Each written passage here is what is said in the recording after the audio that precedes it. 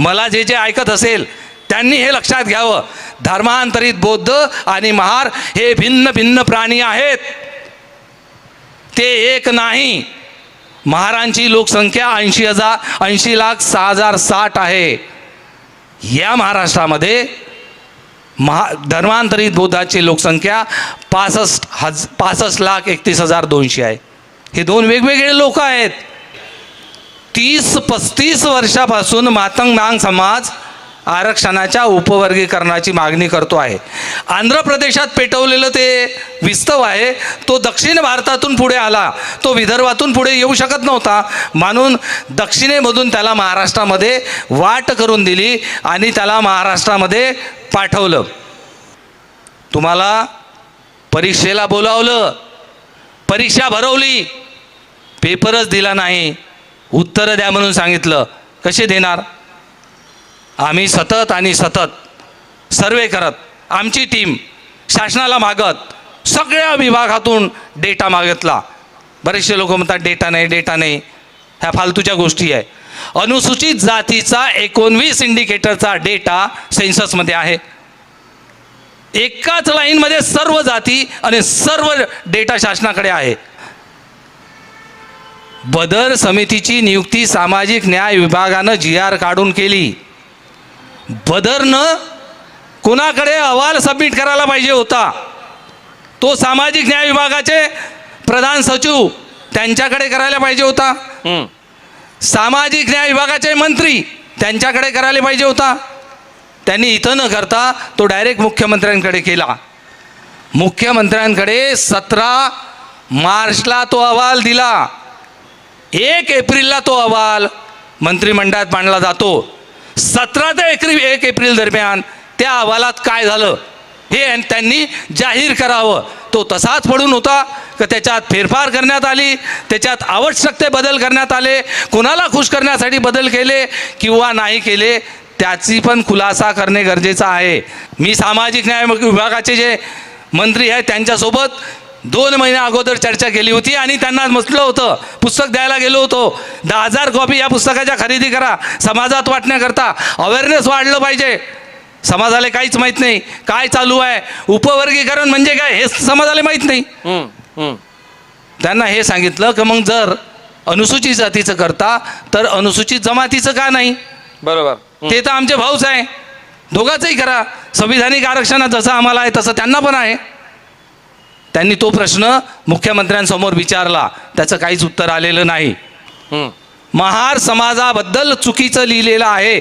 सगळ्या वर्षांची पर्सेंटेजची आकडेवारी घेतली आणि या वर्षात पर्सेंटेज एवढं, या वर्षात पर्सेंटेज तेवढं. शासनाची संस्था असून 71चा अनुसूचित जातीचा डेटा नाही. माझ्याकडे तो डेटा आहे, आम्हाला तर काहीच संसाधनं उपलब्ध नाही. समजा जर आता आरक्षणाचं उपवर्गीकरण झालंच म्हणजे बदरच्या अहवालात आहे, कसं करणार? आम्ही उपवर्गीकरण केलं. किती प्रकारे केलं? 5 प्रकारे केलं. शासन काय करणार तेही आम्ही लिहिलं. आमचं म्हणणं असं आहे, उपवर्गीकरण होऊ नये. याच्यात बऱ्याचशा गोष्टी आहे, त्यानंतरच्या भागामध्ये सांगितल्या जातील. उपवर्गीकरण अजिबात होऊ शकत नाही. हे शेड्यूल आहे, या शेड्यूलला तोडण्याचा प्रयत्न करू नका मित्रहो. जर तुम्ही वैयक्तिक फायद्यासाठी आमची प्रगती नाही झाली, आमचं आरक्षण यांनी खाल्लं असं जर म्हणत असाल, धर्मांतरित बौद्ध आणि महार लोकांची प्रगती झाली. आम्ही 19 इंडिकेटरचा अभ्यास केला, त्याचा डेमोग्राफिक हेल्थ इंडेक्स काढला, कोण्या जातीची प्रगती किती झालेली आहे हे प्रत्यक्ष मोजून काढलं. जे मानव विकास निर्देशांकानं मोजून काढलं जाते तशाच प्रकारचं कोणत्या कोणत्या प्रकारचा डेटा आहे. तुमचा एज्युकेशन आहे, तुमचा सोशल डेटा आहे, तुमचा इकॉनॉमिक डेटा आहे. या सर्व डेटांचा आम्ही हिशोब केला आणि मग असे लोक म्हणतात बरेचसे की अनुसूचित जातीची जनगणना करा, अनुसूचित जातीची जनगणना करा. याची जनगणना करायची गरज नाही, ती संविधानातच प्रोव्हिजन आहे. त्याच्यासाठी वेगवेगळे आयोग नेमलेले आहे, त्या आयोगाला डेटा पाहिजे आहे म्हणून जे ते जनगणना केली जाते. तो प्रश्न ओबीसीचा आहे, इकडे आणू नका. आपली जनगणना ऑलरेडी आहे, सगळ्या प्रकारचा तुमचा डेटा आहे. कोणत्या प्रकारचा डेटा सांगा, आमचा तो धंदा आहे रात्रंदिवस डेटावर काम करण्याचा. आम्ही आपल्यातच जर भांडत बसलो आणि आपल्याच रोटीचा प्रश्न समजत बसलो, अरे हा आरक्षणाचा प्रश्न तुमच्या पोटात भाकर टाकावा याच्यासाठी नाही आहे, तो प्रतिनिधित्वासाठी. आता 2-4 लोकांनी सांगितलं आहे, हे जे धर्मांतरित बौद्ध झालेले आहेत, यातले जे लोक सुशिक्षित झालेले दिसतात, चांगले कपडे टाकतात, चांगले घर आहे, चांगल्या गाड्या घोड्या आहे, यांच्याकडे पाहतात ते महार जातीला चिटकवतात आणि असं म्हणतात महार जातीची प्रगती झाली. प्रत्यक्ष महार जातीची प्रगती झालेली नाही. महारांची लोकसंख्या 80 लाख, मांगांची लोकसंख्या 24 लाख, चांभारांची लोकसंख्या 14 लाख आणि उर्वरित ज्या 56 जाती आहे त्यांची लोकसंख्या 13 लाख. 13% आरक्षण आणि 13% आरक्षणाचे तुकडे करायचे आहे आणि जातीचे पण तुकडे करायचे आहेत. ह्या ज्या होमोजिनियस कास्ट आहे, ह्या होमोजिनियस कास्टमधल्या ह्या कास्ट तोडायच्या आहे. मग किती येईल? महारांना 7.5% आरक्षण येते. बदर समिती कशा प्रकारचं करेल? लोकसंख्येच्या आधारावर ते करणार नाही, कारण लोकसंख्येच्या आधारावर केलं तर जिसकी जितनी संख्या भारी उसकी उतनी भागीदारी हा नियम लावावा लागतो. तो नियम हे बदर लावणार नाहीत. मग विकासाच्या भरोशावर केलं तर विकासाच्या भरोशावर कसं होईल? सर्वात जास्त विकास जर चांभार जातीचा म्हणजे भांबीचा झाला आहे, याच्यासोबत ज्याचा 900पेक्षा जास्त इंडिकेटर आहे, 8 जाती येतात आणि यांची लोकसंख्या टोटल एकूण लोकसंख्या 72% होते. या 72% लोकसंख्येला 9% आरक्षण जाते. मी शासनाला असं म्हणेल, उपवर्गीकरण करण्याच्या अगोदर जर तुम्हाला शक्य होत असेल तर अनुसूचित जातीचं आणि जमातीचं आरक्षण संपवून टाका. ते संपण्यातच जमा आहे, परंतु या देशातली वर्ण व्यवस्था आणि जाती व्यवस्था खतम करून टाका. त्याच्याबरोबर काही आरक्षणाची गरज पडणार नाही. उपवर्गीकरणामधून कोणाचाही फायदा होत नाही. हे पत्थर की लकीर आहे. कोणाचाच फायदा होणार नाही, सगळ्याचं नुकसान होणार. इथली प्रस्थापित व्यवस्था मात्र जिंकणार. मित्रो, हा प्रश्न खरंच कठीण आहे की हे न्याय होणार आहे की अन्याय होणार आहे. जोपर्यंत शासनाच्या हातात आहे तोपर्यंत तो अन्यायच होणार आहे. आणि जेव्हा ते जनतेच्या हातात येईल तेव्हाच न्याय होईल. खरंय. मी या विषयावरचं 2 मिनिट घेतो. अगोदर या विषयाचं जेव्हा बदर समितीची नियुक्ती झाली तेव्हापासूनच आम्ही या महाराष्ट्रातले 60-70 प्राध्यापक एकत्र आलो. त्यापैकी 35 ते 30 प्राध्यापकांनी 6 महिने काम केलं. त्याचा एक अहवाल सादर केला. उपवर्गीकरणाच्याच अनुषंगाने आम्ही काम करत होतो आणि त्या शासनाला आम्ही त्याचं पत्र दिलं, अहवाल द्यायचं ठरवलं. शासनानं वाजवी किंमत दिली नाही, आमच्यासोबत गेम केला. त्यामुळे मग आम्ही ज्या लोकांनी अहवालावर 12 लाख रुपये खर्च केले, त्याचं आम्ही जनतेला काहीतरी दिलं पाहिजे म्हणून त्याचं एक पुस्तक काढलं. संविधानिक आरक्षणाचं उपवर्गीकरण असं त्या पुस्तकाचं नाव आहे. हे पुस्तक 250 रुपयाला आहे. माझ्याजवळ हे रफ कॉपी आहे, माझ्याही जवळ फेअर कॉपी नाही आहे. परंतु लोकांपासून मागून आजच्या कार्यक्रमासाठी तिथं 20 कॉपी आणलेल्या आहे. जे गरीब आहे, ज्यांना पुस्तक घ्यायचं नाही आहे त्यांनी घेऊ नका. परंतु जे समाजात आपली प्रतिष्ठा मिळवतात, सामाजिक कार्यकर्ता म्हणून आहे, त्यानं हे वाचणं गरजेचं आहे. आतापर्यंत जे सगळं युद्ध चालू आहे सोशल मीडियावर, त्याला तोंड फोडण्याचं काम लॉर्ड बुद्धा टीव्हीनं केलं आहे. त्यांचं मी या ठिकाणी धन्यवाद म्हणतो. आणि मी माझ्या विषयाला न्याय की अन्याय या विषयावर सुरुवात करतो. आरक्षण कुठंपर्यंत आलेलं आहे तेवढं आपल्याला माहीत आहे, त्या गोष्टी काही सांगत नाही. अनुसूचित जातीमध्ये 59 जाती आहे. अगेरपासून जाती सुरू होतात आणि तुरीवर जाऊन संपतात. 37 नंबरवर महार जात आहे. ही काही एकटी जात नाही आहे. महार, मेरा, तराल आणि देगूमेगू अशा सहजाती तिच्यासोबत आहे. 46 नंबरवर मांग जात आहे. तिचा पहिला शब्द मांग आहे, मग मातंग आहे वगैरे वगैरे. ह्या अशा सगळ्या जाती आहेत. या 2 जातीचं भांडण हे शासनानं लावलेलं आहे. आता त्याला जास्त धार आणलेली आहे. 30-35 वर्षापासून मातंग मांग समाज आरक्षणाच्या उपवर्गीकरणाची मागणी करतो आहे. आंध्र प्रदेशात पेटवलेलं ते विस्तव आहे, तो दक्षिण भारतातून पुढे आला, तो विदर्भातून पुढे येऊ शकत नव्हता, म्हणून दक्षिणेमधून त्याला महाराष्ट्रामध्ये वाट करून दिली आणि त्याला महाराष्ट्रामध्ये पाठवलं. जसंही ते महाराष्ट्रात आलं तेव्हा त्याला स्वरूप देण्यात आलं शोषणाचं. यामध्ये सरकार तेव्हाची मदत पडली वेगवेगळ्या प्रकारची, आणि तुमचं आरक्षण यांनी खाल्लं हे पुढे आणलेलं आहे. आता मी सगळ्याच्याच प्रश्नाची उत्तरं देणार, मग ते मांडणारे असो, ऐकणारे असो, सरकार असो किंवा जनता असो. हे जेव्हापासून आलं की यांचं खाल्लं तेव्हापासून मांग समाजाची मागणी आहे, आम्हाला 8% आरक्षण द्या. 20 वर्षा अगोदर मुंबईतल्या मोर्चामध्ये जी मागणी केली ते 8% होती. कालांतराने ही मागणी 6% आली. मग आताच्या काळात जेव्हा लोकांनी समजून सांगितलं की अरे आपल्याला एवढं मिळू शकत नाही, तेव्हा शासनासोबत गुपित ठरलं का आम्हाला 5-6% तरी तुम्ही द्या. लोकांच्या मतांमध्ये हे पेरवण्यात आलं, मातंगाला मागांना हे सांगण्यात आलं की एवढं मिळू शकत नाही, लोकसंख्येच्या प्रमाणातच मिळेल. मग लोकसंख्येच्या प्रमाणात किती मिळू शकते? बदर समितीची नियुक्ती केली. बदर समितीला पहिल्यांदा 3 महिन्याची मुदतवाढ दिलेली. 3 महिन्यामध्ये त्यांनी अहवाल सादर करायचा. त्या अगोदर बार्टीचा अहवाल आलेला आहे, तो बार्टीचे ते वारे महासंचालक होते, अतिशय बोगस अहवाल दिलेला आहे या पुस्तकामध्ये, त्यावर टिपण ठेवलेलं आहे. जर इच्छा असेल तर मी वारे आणि मी त्याच अहवालावर डिबेट करू शकतो. महार समाजाबद्दल चुकीचं लिहिलेलं आहे. सगळ्या वर्षांची पर्सेंटेजची आकडेवारी घेतली आणि या वर्षात पर्सेंटेज एवढं, या वर्षात पर्सेंटेज तेवढं. शासनाची संस्था असून 71चा अनुसूचित जातीचा डेटा नाही. माझ्याकडे तो डेटा आहे, आम्हाला तर काहीच संसाधनं उपलब्ध नाही. आणि म्हणून मग महाराष्ट्राची लोकसंख्या एवढे टक्के वाढली, ते 100% पेक्षा जास्त वाढली. त्यांनी ज्या दिवशी असं साबित करून दिलं की 100% वाढपेक्षा जास्त वाढ झाली आहे, त्या दिवशी आता माझ्याकडे पुस्तकं नाही आहे, परंतु मी 1000 कॉपी छापण्याची आता ऑर्डर दिलेली आहे. सगळ्या महाराष्ट्रातून पैसा जमा होत आहे, ते सगळ्या लोकांचे पैसे परत करतो आणि हे पुस्तक त्यामध्ये जाळण्यात येईल.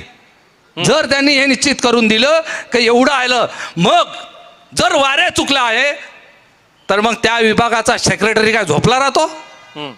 त्यांनी काही हकीकतवर त्या बयान नाही करायला पाहिजे होती का कशा प्रकारचं ह्याच्यात चुकीचं लिहिलं? कोणच पाहिलं नाही. 32 पानाचा अहवाल तो जिकडे तिकडे फिरत होता. ते सोडून देऊ आपण, तो नंतरचा प्रश्न आहे. बदर समिती नियुक्ती केली, 3 महिने तिला काम करायचं सांगितलं. 3 महिन्यानंतर काम झालं नाही, पुन्हा 8 महिने मुदतवाढ दिली. 8 महिन्यात पुन्हा काम झालं नाही, 6 महिने मुदतवाढ दिली पुन्हा.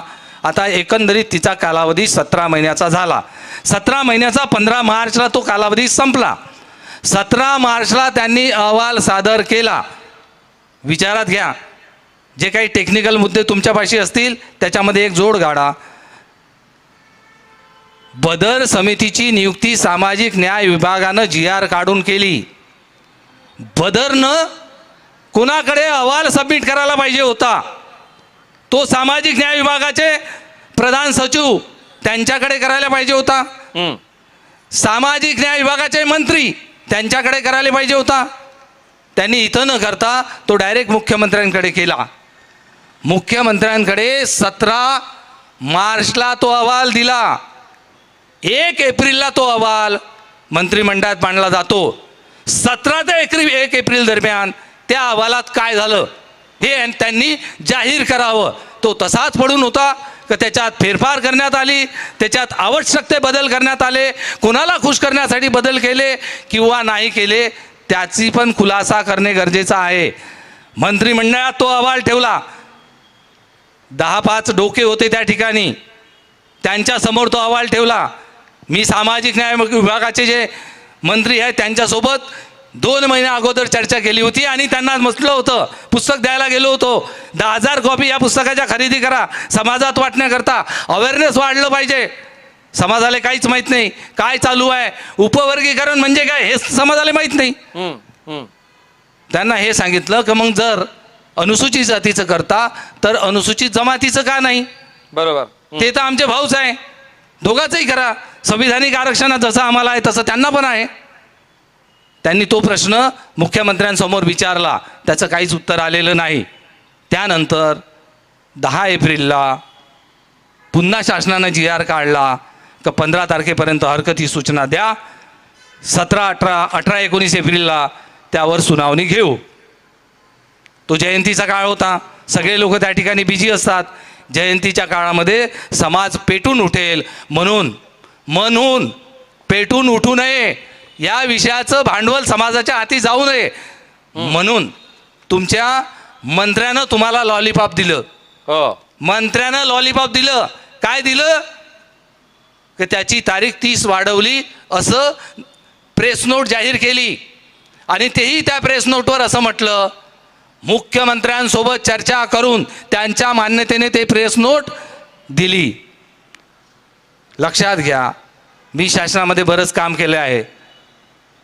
त्या प्रेस नोटवर मुख्यमंत्र्याच्या, त्या सामाजिक न्याय मंत्र्याची सही नाही, त्या प्रेस नोटवर त्या पत्राला क्रमांक नाही, त्याच्यावर डेट नाही, आउटर नंबर नाही. अरे ते खरं आहे की खोटं आहे? याची अजूनपर्यंत शासनानं एखादं नोटिफिकेशन काढून दखल घ्यायला पाहिजे होती, समाजाला अस्वस्थ करायला पाहिजे होतं. तुम्हाला परीक्षेला बोलावलं, परीक्षा भरवली, पेपरच दिला नाही, उत्तरं द्या म्हणून सांगितलं. कसे देणार? आम्ही सतत सर्वे करत, आमची टीम शासनाला मागत, सगळ्या विभागातून डेटा मागितला. बरेचसे लोक म्हणतात डेटा नाही, ह्या फालतूच्या गोष्टी आहे.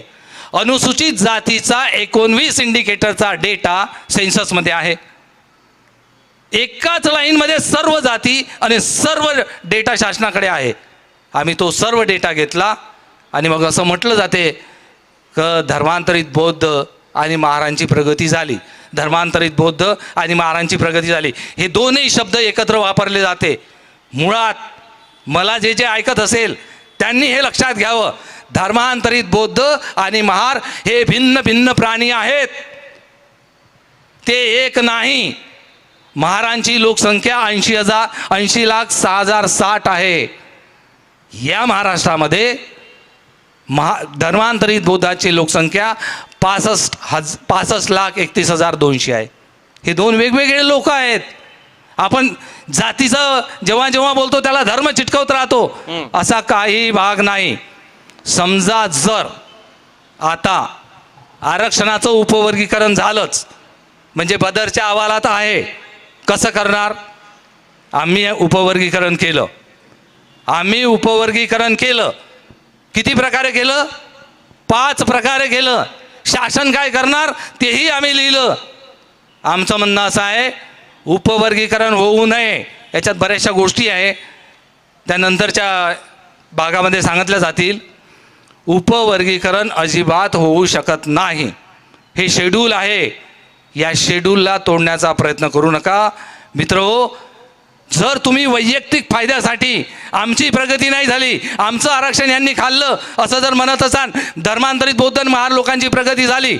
आम्ही 19 इंडिकेटरचा अभ्यास केला, त्याचा डेमोग्राफिक हेल्थ इंडेक्स काढला, कोण्या जातीची प्रगती किती झालेली आहे हे प्रत्यक्ष मोजून काढलं.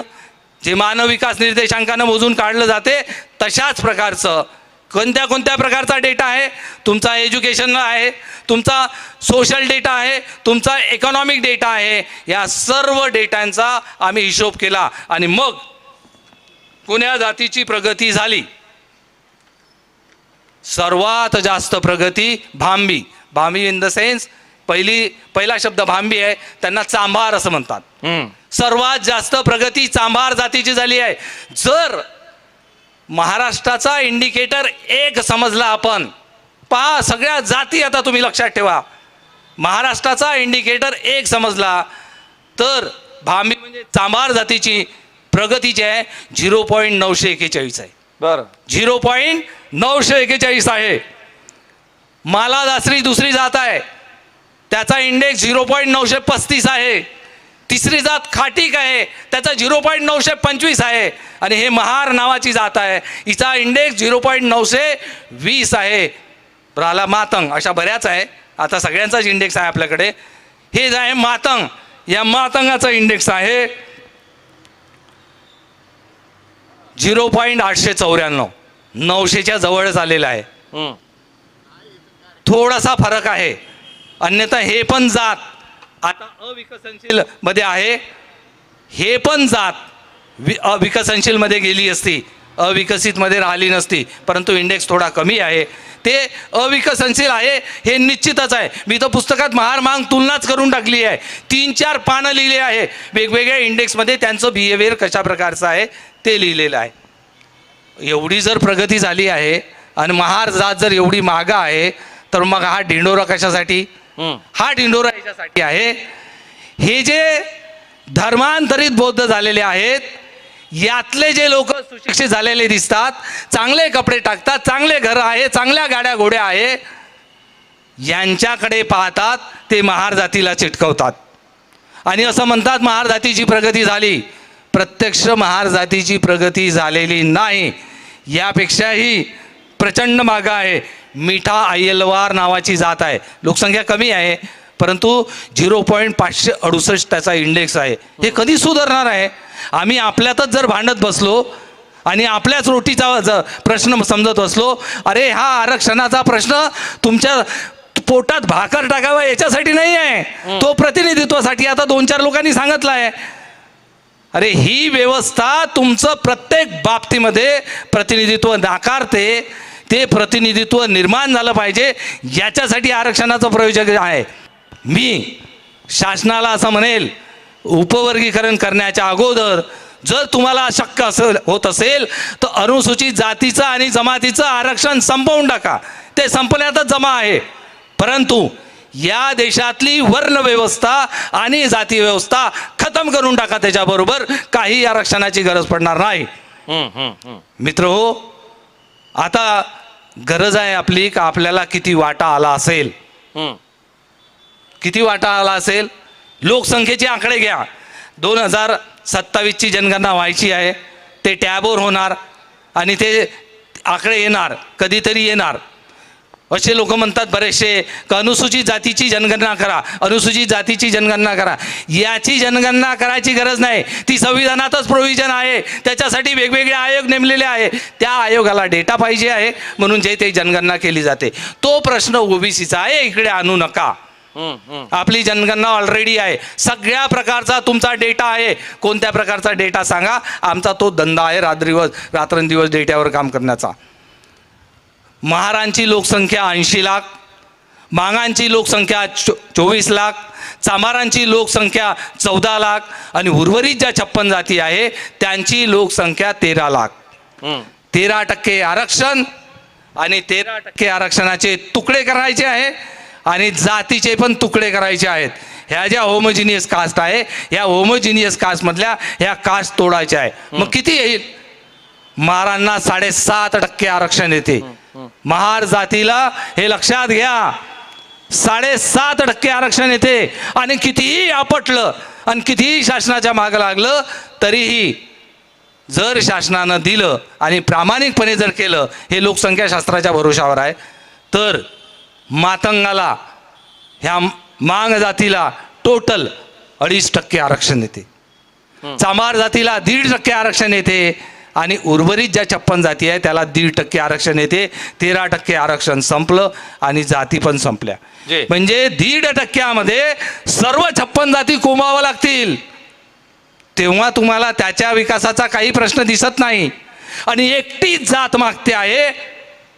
मग काही लोकांनी म्हटलं आहे की आम्ही पहिले चोर होतो वगैरे वगैरे. आता मी काही ते शब्द घेत नाही, कारण तुम्ही शेड्यूलमध्ये आलेले आहात, आता तो शब्द तुम्हाला शोभत नाही. परंतु उपवर्गीकरण जर करायचं असेल तर हा एक लोकसंख्येचा पर्याय आहे. दुसरा पर्याय आहे डेव्हलपमेंटचा. तुमचा किती सामाजिक, सांस्कृतिक आणि शैक्षणिक विकास किती झाला त्याच्या भरोशावर तुम्हाला उपवर्गीकरण करता येईल. मला तर काही लोकांचे फोन येऊन आले की बदर समितीनं तुमच्याच पुस्तकातला डेटा घेतला आहे आणि त्याच्याच भरोशावर त्यांनी उपवर्गीकरण केलं आहे. आता ते काही लोक म्हणतात, मला तसं म्हणायचं नाही आहे, परंतु बदर समिती कशा प्रकारचं करेल? लोकसंख्येच्या आधारावर ते करणार नाही, कारण लोकसंख्येच्या आधारावर केलं तर जिसकी जितनी संख्या भारी उसकी उतनी भागीदारी हा नियम लावावा लागतो. तो नियम हे बदर लावणार नाहीत. मग विकासाच्या भरोशावर केलं तर विकासाच्या भरोशावर कसं होईल? सर्वात जास्त विकास जर चांभार जातीचा म्हणजे भांबीचा झाला आहे, याच्यासोबत ज्याचा 900पेक्षा जास्त इंडिकेटर आहे, 8 जाती येतात आणि यांची लोकसंख्या टोटल एकूण लोकसंख्या 72% होते. या 72% लोकसंख्येला 9% आरक्षण जाते. मांग आणि कैकाडी याचा एकसारखा इंडिकेटर आहे आणि यांच्यासोबत 800 ते 900च्या दरम्यान जे इंडिकेटर आहेत त्यांचा जर विचार केला तर आणखी 29 जाती, अशा 31 जाती आणि 31 जातीला एकूण 3% आरक्षण येते. मांग जातीची मागणी 5% शासनासोबतच्या डिलिंगमधली आहे. मागणी 6% आहे, प्रत्यक्षात मात्र 3% येते आहे. आणि मग जो राहिलेला 1% भाग आहे, ज्याचा चलवादीचा इंडेक्स आहे, ते इथे जे चलवादी आहेत पुलकेश, त्यांच्या जातीचा तो इंडेक्स आहे. त्यांच्यासोबत 19 जाती, अशा 20 जाती केलं की त्याची 1% लोकसंख्या येत नाही, परंतु शेवटचा गट पडतो, त्यामुळे त्याला 1% आरक्षण आहे. त्याला 1% पॉप्युलेशन आहे. शेवटचे जे 2% आहे मागांसोबत जर सगळ्या जाती जोडल्या तरी 4% आरक्षणामध्ये या सर्वच्या सर्व जाती जातील. आता कोणाचा फायदा आणि कोणाचं नुकसान? उपवर्गीकरणामधून कोणाचाही फायदा होत नाही. हे पत्थर की लकीर आहे. कोणाचाच फायदा होणार नाही, सगळ्याचं नुकसान होणार. इथली प्रस्थापित व्यवस्था मात्र जिंकणार. आप देख रहे हैं लॉर्ड बुद्धा टीव्ही.